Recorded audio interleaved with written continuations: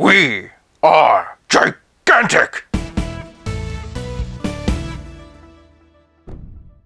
Welcome to 5 Points of Articulation. Today I'm taking a look at the Marvel Legends Gamerverse Venom from Spider-Man 2. Starting with the packaging, and this box is massive. It's got that snazzy red and white Gamerverse motif. You can see that logo up top, name on the side. We've also got a name and a small picture on one spine, even more of that picture on the other spine, with the full Monty on the back. It's a really great picture of Venom, including Miles, Peter, a wonderfully detailed cityscape, and a little bio. For packaging, Venom gets 5 points. Moving on to presentation, and this bad boy clocks in at a staggering 10.5 inches, or thereabouts 26.5 centimeters. Hands down, this has got to be the biggest I've ever seen Venom interpreted. It's worth noting, however, that in the game it's not actually Eddie Brock underneath the ooze, it's actually Harry Osborn. I imagine this accounts for the minor differences in the design, but this is still a traditional enough looking Venom that if you wanted to make him work on your comic shelf, you could. You just have to be okay with him towering over everyone on your shelf. One thing that helps is that crackly, gooey texture, making him feel like a scaled up version of Tom Hardy. Come to think of it, is it just me, or is that also when they start giving Venom toes? Because yeah, this Venom has toes. One thing he doesn't have are the white patches on the backs of his hands, but he does have a mostly very nice logo. I say mostly because of the sculpting. I'm also happy to report that they continued the design under the diaphragm, and even the butterfly joints on the back look pretty good. But for me, the problem is the inconsistency of the layering. Here it's very obvious that they painted the legs more thinly than the body, and that unfortunately really does stand out. The fact that this figure is pretty much just solid black and white makes it stand out all the more. I imagine some dry brushing to bring out that oily detail would have gone a long way to help, but of course every little bit would have added to the budget and therefore the price. I do really like this base grinning head, and in general a smiling Venom is always a lot of fun. It's painted well too, with some extra red for the gums. Flipping around back, and here's how Venom looks from behind, and also Venom's behind. The pinless joints have been perfectly integrated into the sculpt, along with the rest of the articulation for that matter. Docking him only for the paint job on the logo, and for presentation, Venom gets 4 points. If you're enjoying this video so far, do me a favor and give it a like, and if you'd like to support my channel so I can make more content, I now have an account with Ko-fi. Link to that in the description below. Moving on to Poseability, and this Venom has pretty much every joint you can think of. From the top, and his head is on a dumbbell joint. Because of the way his neck and shoulders are sculpted, you really can't get any up. Down has no problem. He's also got a pretty good amount of tilt, and of course all the way around. Moving on down, and Venom can raise his arms over 90 degrees, and gets complete rotation at the shoulder. He's also got forward and back with a butterfly joint, and I do think Hasbro did a really great job of figuring out where to cut that in relation to the logo. Moving on down, and we've got bicep swivel, along with pinless double jointed elbows with a perfect bend. And then at the end of the arms are wrists that can swivel and hinge either up or down. Shifting to the torso, and Venom has a diaphragm and U-joint. For those not up on their action figure terminology, a U-joint is pretty much an ab crunch that's down here instead of up here. You can arch back this far, which I'm okay with given how bulky he is. For context, here he is standing straight, and just look at that hunch forward. The diaphragm means he also gets side-to-side tilt, and of course twist. I've got to say, the diaphragm U-joint combo has become my favorite form of torso articulation. It really does a great job of balancing range and aesthetics. Below that big old spider, and Venom has ball-jointed hips. He can kick about 90 degrees. Doesn't really get anything in the way of back, but the split's pretty good. And then working our way down the leg, Venom has thigh cut, pinless double jointed knee with a great bend, boot cut rotation, toe articulation, and ankles that can hinge, and like the identity of Venom from Eddie Brock to Harry Osborn,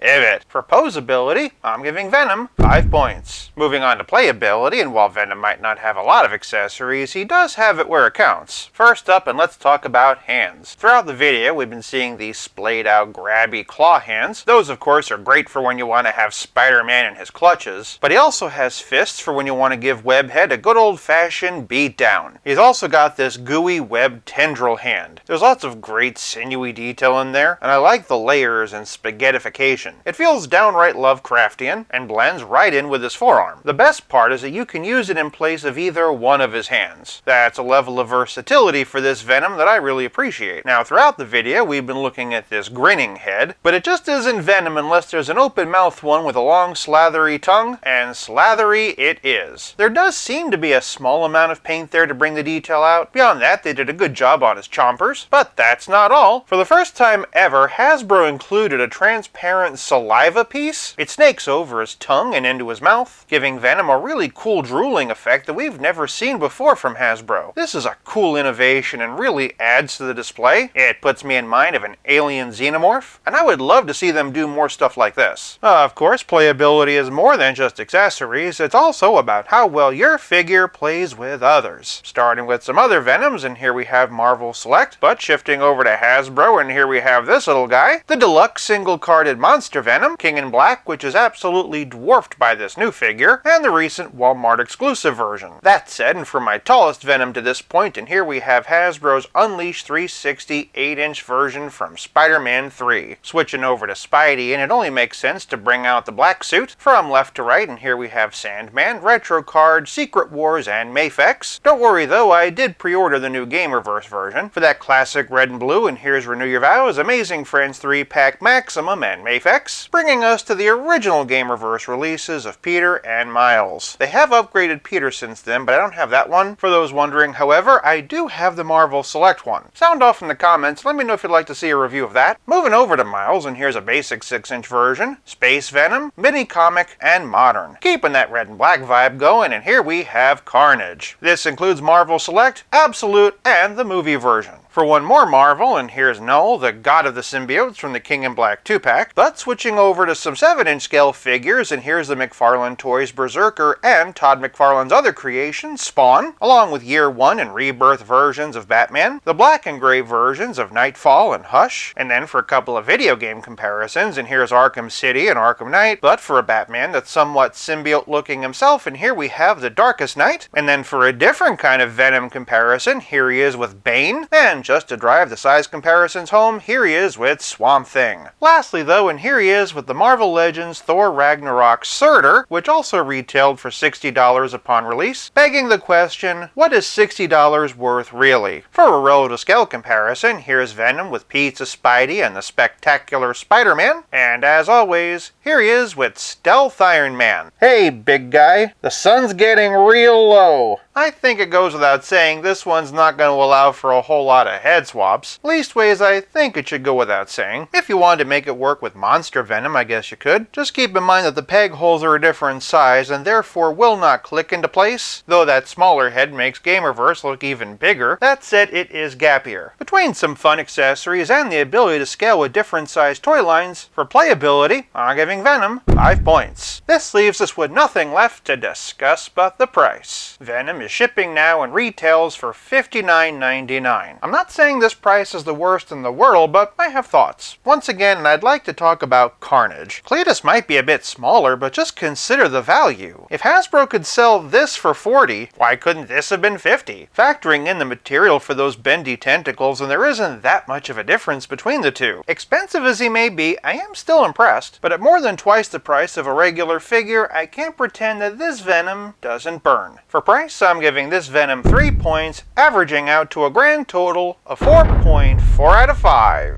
For more Venom videos, check out one of these, and until next time, play nice and have fun.